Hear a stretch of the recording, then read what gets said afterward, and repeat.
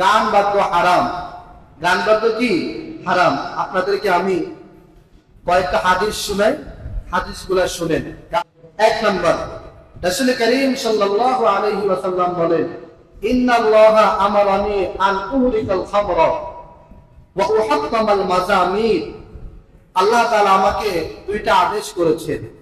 এক নম্বর আদেশ, আমি যাতে মদ এবং মদের যত আড্ডাখানা সব ভেঙে চুরমার করে দিই।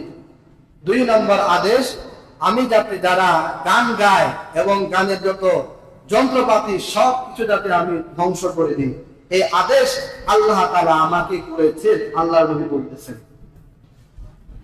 দুই নম্বর হাদিস শুনুন, রাসূল করিম সাল্লাল্লাহু আলাইহি ওয়াসাল্লাম বলেন, ইন্নাল্লাহা হারামা আলা উম্মতি আল খামরা ওয়াল মাইসির ওয়াল মিজমার।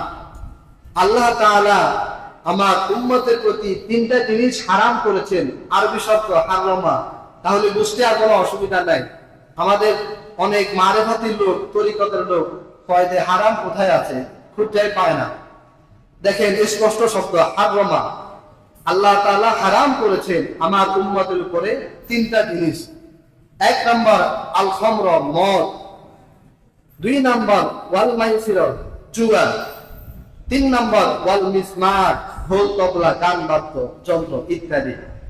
তাহলে ঢোল তবলা গান বাদ্য হারমোনিয়াম হালাল না হারাম? হারাম। দুই নম্বরের হাদিস বললাম।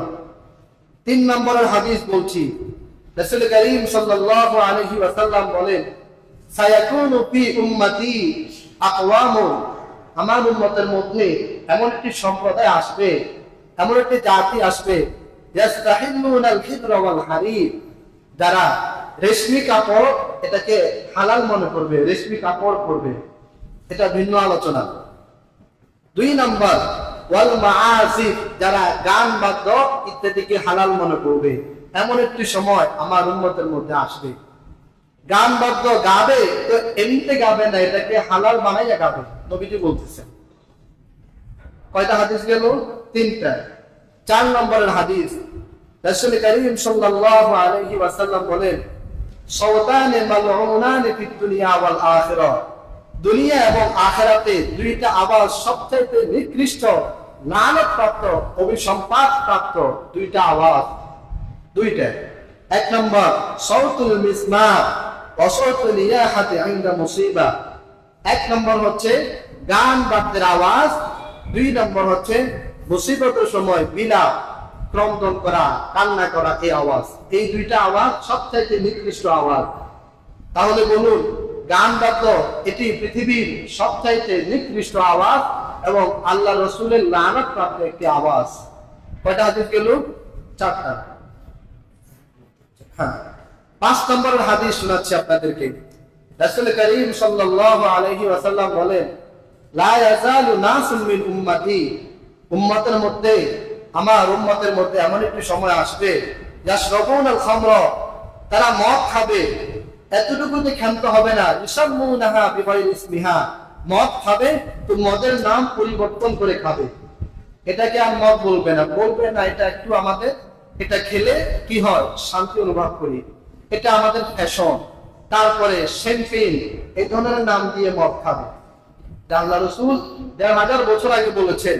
দেখেন আমাদের বর্তমান পৃথিবীতে এটা মিলে কিনা। মদ খায়, বলে এটা তো আমি খাই না, এটা ড্রিঙ্কস করি আমি, নাম চেঞ্জ করে দেয়।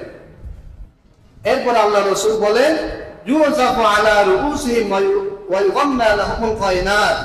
দুই নম্বর, আমার উম্মতের মধ্যে এমন একটি সময় আসবে, মানুষ গান বাদ্য করবে আর গায়িকা নাচাবে আর ঢোল তবলা বাজিয়ে তারা গান গাবে। গান বাদ্য তারা চালাইয়া নিজেরাও নাচবে, গায়িকারাও নাচবে। এমনটি সময় আমার উম্মতের মধ্যে আসবে, নবীজি বলতেছেন। এরপরে আল্লাহ রাসূল ভয়াবহ কথা বলেছেন, খুবই ভয়াবহ। নবী বলেন, ইয়াখসিফুল্লাহু বিহিমুল আরদ। যেই স্থানে গান বাদ্য হবে, যেই জায়গায় গান বাদ্য হবে, আল্লাহ তাআলা কিয়ামতের আগে ওই জায়গাকে ধসিয়ে দিবেন, জমিনের মধ্যে ওই জায়গাকে বিলীন করে দিবেন, ওই জায়গা মাটির নিচে চলে যাবে। নবীজি বলতেছে, হাদিস আমি লিখি আল্লাহ। এরপরে নবী বলেন, এতটুকুই না, ওয়াজআলু মিনহুমুল কিরাদাতা ওয়াল খানাসির। যারা গান বাদ্য করবে, গান গাবে, গান শুনবে, গানের আয়োজন করবে, আল্লাহর নবী হাদিসে ঘোষণা করেন কিয়ামতের আগে আল্লাহ তাআলা তাদের চেহারা কুকুরের মতো, শুকুরের মতো, বানরের মতো বিকৃত করে দিবেন। নাউজুবিল্লাহ।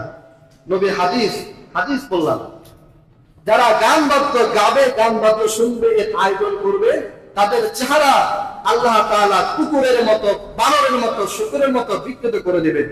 এই জন্য যারা গান গায় এদের চেহারা ভালো হয় না। অনেক ফ্যাশন করে ওরা আপনার স্টেজ পারফর্ম করার জন্য আসে, চেহারা অনেক কিছু লাগাই আসে।